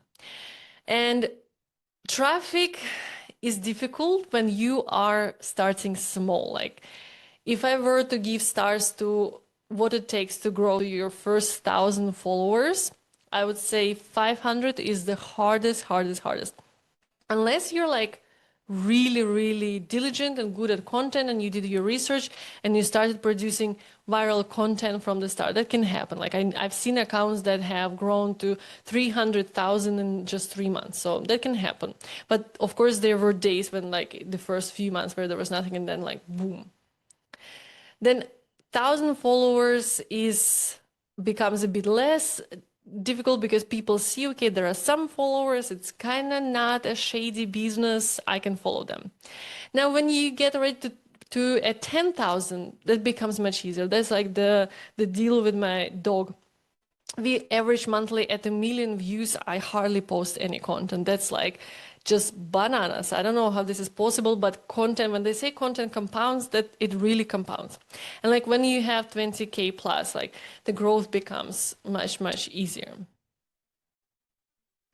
In the end, what do you need for growth? You need traffic and you need conversions. So conversions of people who come to your account and become followers. So not buyers, but followers, because we talk about growth. And what we need to know, there is a metric that we have to calculate ourselves to understand how good our account or our content is converting. So basically, there's the percentage of people who visited your account and who became your followers. And you can calculate it with this formula. And when you go to your professional dashboard and you look at these numbers and then you calculate your follower conversion rate, you can benchmark it, whether it's good or not. And if it's not good, if you get the traffic but people are not converting, that's probably because your account is not properly optimized. It's not drawing people in. Yeah. So do this calculation, not right now, but in your own time, and have a look how well is your account converting and whether you should optimize your account and test different taglines, test different bios, so people really stay in. Now, this is about conversions and optimization of the account. What are the traffic sources? We have a ton. And obviously the main one is content. But there are also things like Explorer page engagement, when you engage in somebody's content and then they follow you or they discover you if you engage with like big creators. Curation pages, it's like pages where you can pay and they share your content. Collaboration is when, for example, you text somebody here in the group and say, hey, let's create a collaboration post so your followers see my content, my followers see your content, because there are enough followers for everyone and it's okay to share followers. So like we can work together to elevate each other. Cross promotions between platforms, mutual PR, so like tagging your buddy and saying, hey, great person, follow them. Advertising, suggested for you, alternative sources, talks, podcast, active participation in the course. Like everyone today, instead of sleeping, you can chat, throw in the chat your Instagram handle and say, hey guys, I want some followers, let's connect. You can organize events like today's. You can comment on big accounts. So a ton of traffic sources that really comes down to what you're ready to do to grow, especially in the beginning, because in the beginning is the hardest. Now, let's think about, okay, what you can do depending on your account size and what is the most relevant for you. So when you are small, you can use hashtags or keywords, whatever you want to name it these days. You can engage on other people's account or on bigger creators' account. You can use growth tactics that I outlined at the ends of the presentation. You can pay curation pages. If your niche has good curation pages, you can pay them. I have actually done that with my dog in the beginning. Maybe 100 euros in total for a few posts. And then at some point when we started growing, they started reposting our content for free. And I was like, I was paying for that in the beginning. So you can do shoutouts, tagging, collaborations, mutual PR. And here, by the way,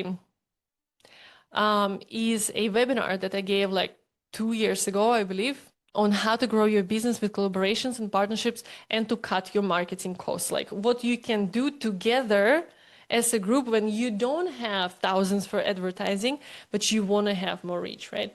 So you can watch this one in your own time.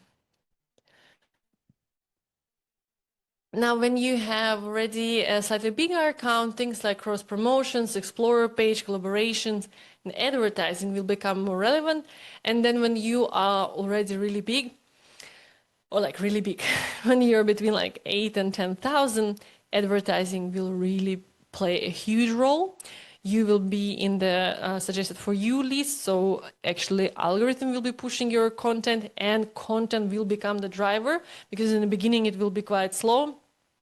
But then once you understand, and if you get like to the first 2,000, you'll be like, okay, I guess I understand how my audience ticks.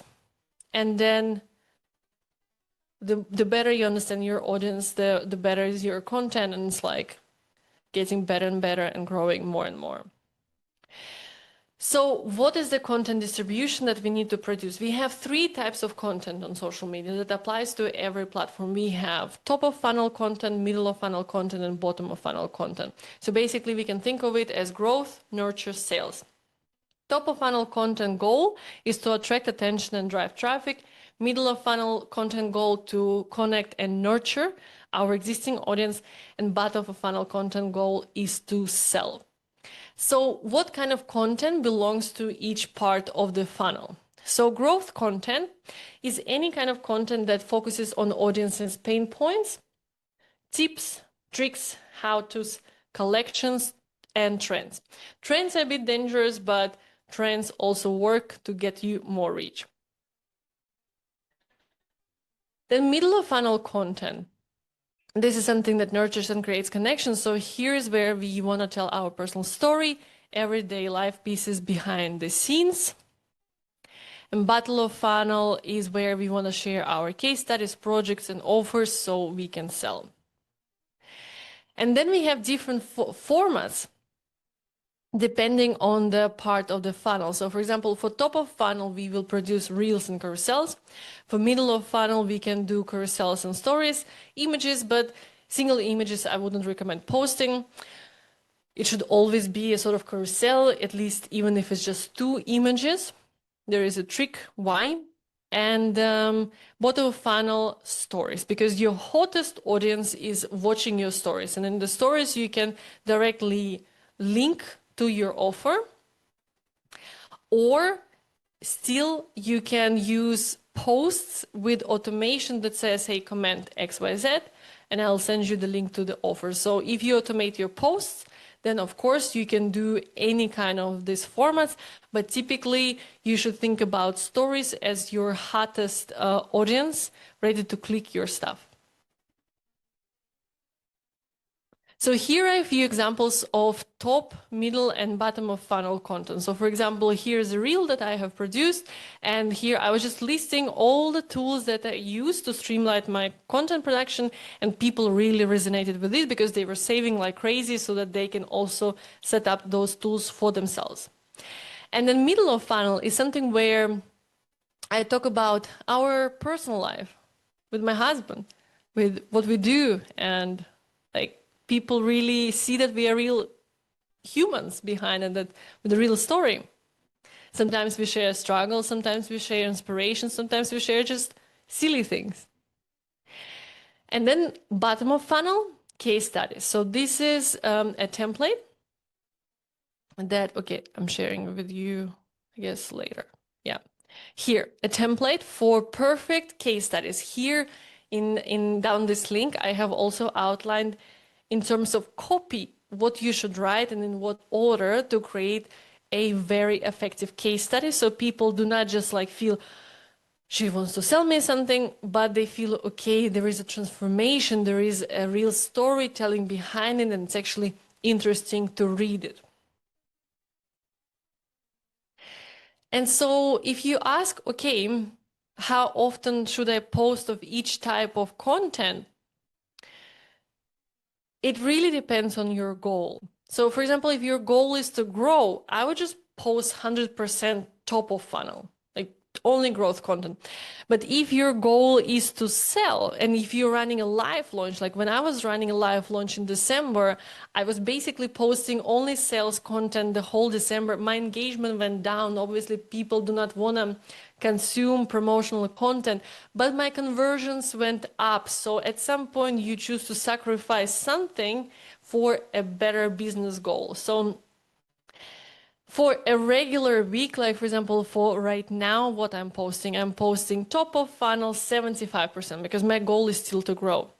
I have middle of funnel where I post once a week, some sort of carousel or a picture, something about us and our family behind the scenes.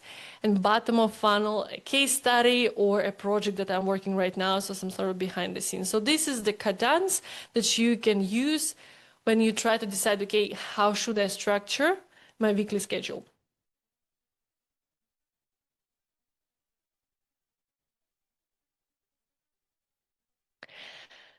And the last part of today, it's already 9, but we are almost over, is obviously how do we create growth content? And there are 2 steps to creating growth content. First of all, understanding what formats we need to be publishing, but what should be the topics? And step number 1 is listing all of your audience's problems and just literally taking that one problem and making content around this. So for example, one of the questions that I often get asked, okay, I have a business brand and I have a product and I also want to have a personal brand. How do I combine it? And so I created a piece of content, how these 3 types of brands can coexist. Or for example, people often complain about imposter syndrome or not being able to promote themselves or not being able to be on the camera. So I created a content piece that talks about why you are not a visible expert yet, that offers real reasons, like really emotional, psychological reasons, and offers reframes that people can apply right away. So think about what your audience is always asking in sales calls, or maybe go to Reddit and discover what people are asking, what questions they're asking over there. And then step number 2, go on the platform and research content with viral potential and adapt it to your brand. So your formats, your styles, your hooks. And there are 2 sources where you can find content with viral potential. So first source are your competitors. So this is just like a random account that I took. But let's say this is your competitor, and what you want to do, you want to go through their videos and you want to identify what is the average reach of that account. So we will see that, for example, here we have around 300,000, which is average. Everyone will have their own average. But among that average, there will be some that spike. And if a content piece is 5 times, it gets 5 times more reach, I'm going to save this in my viral collection. So here I advise to create a viral collection on Instagram. I'm going to save it there.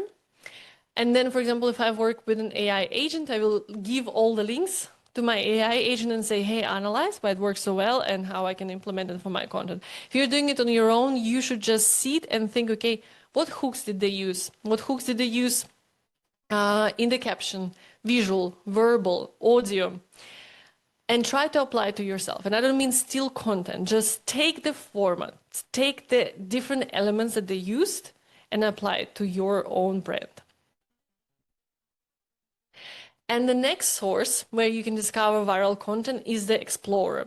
So Explorer window is where you can go and search for a keyword, and then you can go to Reels. And then in the Reels, you see the reach of every single post.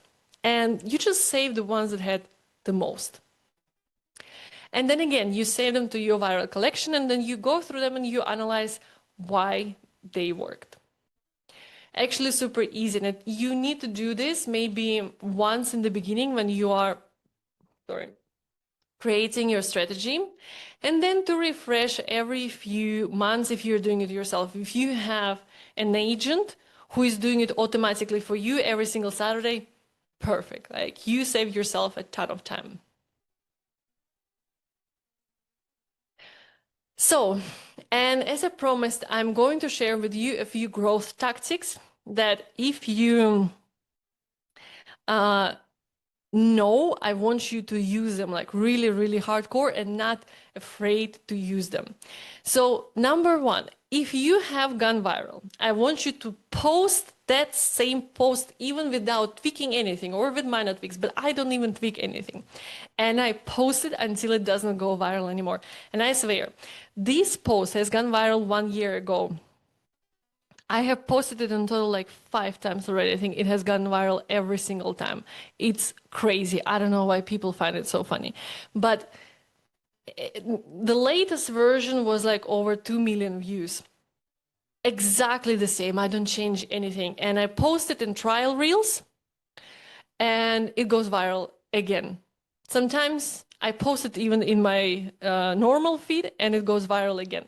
And so if you go viral, repost the same content, just keep some distance, like a few weeks in between, people will forget. Nobody will remember. But even if they remember, they will still laugh and say like, oh, fuck, that was so useful, so helpful, so funny. I love it. Save again.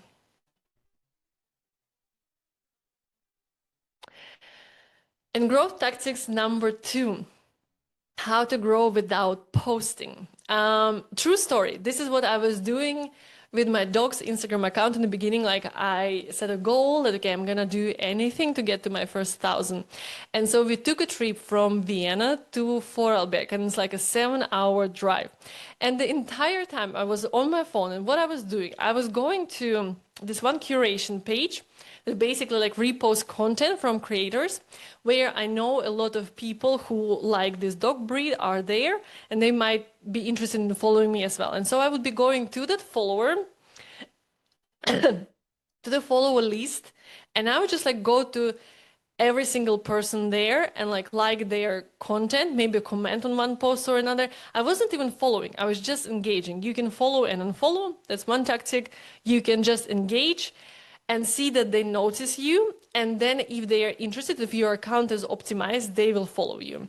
And so that one trip, 7 hours, I think I have done that to like 1,000 accounts. Like I engaged with their content.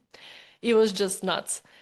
But I got 100 followers in that one day from not posting any content. Again, in the beginning, it really all comes down to what you're ready to do to get to your goal, and then to the next goal, and then to the next goal. So we are at the end. I just want to give you a small reminder of what we have covered today. We have covered one part of marketing, and this is growing your audience and producing content for education and proof. But I want to remind you that it's also important to have all the other parts in place so that those funnels that I described, so that all of those automations and tools could really move your business along. And if you feel like you don't have that, but you would like, for example, me and my team to do this for you, we have an offer that we do with people, with our clients, that's called the 100,000 brand in 95 days, which consists of 2 phases, where we first launch your brand and then we build a revenue machine. And basically, this is the only service that gets you direct return on your investment when you do branding and website. Like no other agency will do it. You will pay for branding, you will never see that money back. We build your revenue engine, so you do. And it works. It works for our clients. I already showed you some examples. And that's why we even offer a guarantee that if you don't make your investment back within those 95 days, we continue managing your ads for free until you actually do. So minimal effort, 3 workshops in the beginning for the strategy, positioning, and then we build everything. Then you have a beautiful brand that people fall in love with, trust, and buy from. So in case you're interested, in case you need help with building your business, we take only 2 clients per month because we fully focus, like 100%, we focus for 95 days on those clients. So get on the strategy call with me. Let's chat about what's possible for you, what might be interesting, what not. We can see what we can do. These are just a few examples of top experts who we done this for.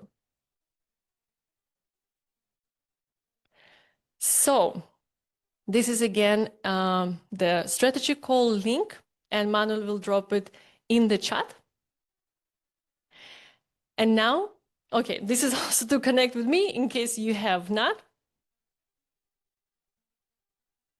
And now we come to the Q&A. So thank you very much to everyone who has stayed until the end. I really appreciate that you gave me your time. And if you have any questions, please go ahead. I will be happy to answer all of them.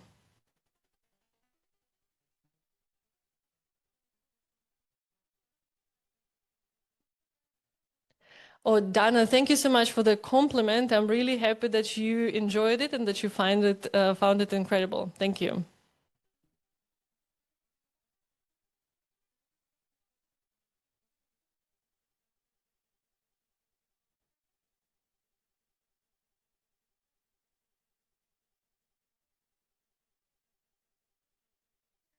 So, no questions?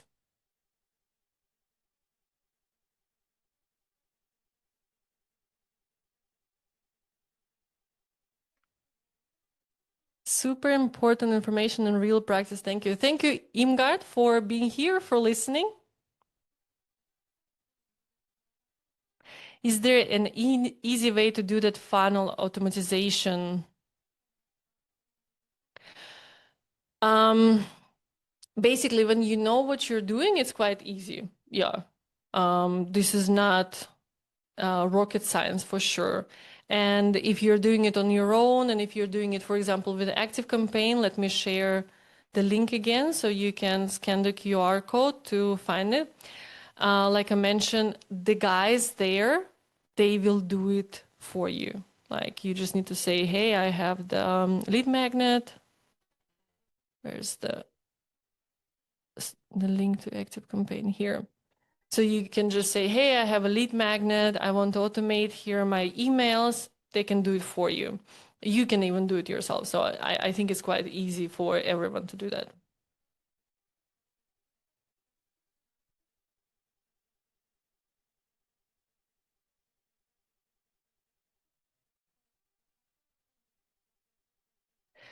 So, any more questions? If not, let me open this QR code in case you guys want to book a discovery call with me. Thank you, Cora, for being here. Thank you, Kate. I really appreciate that you stayed till the end because it was really, really intense. I feel it in my voice. But thank you, Bilge. Thank you, Chris. Really appreciate your being here.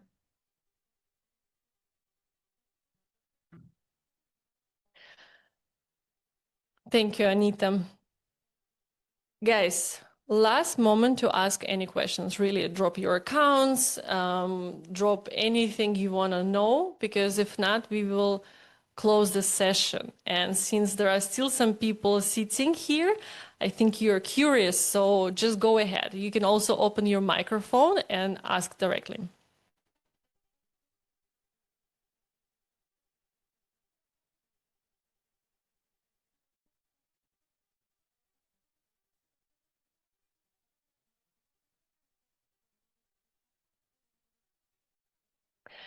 All right, if there are no questions, we will finish for today.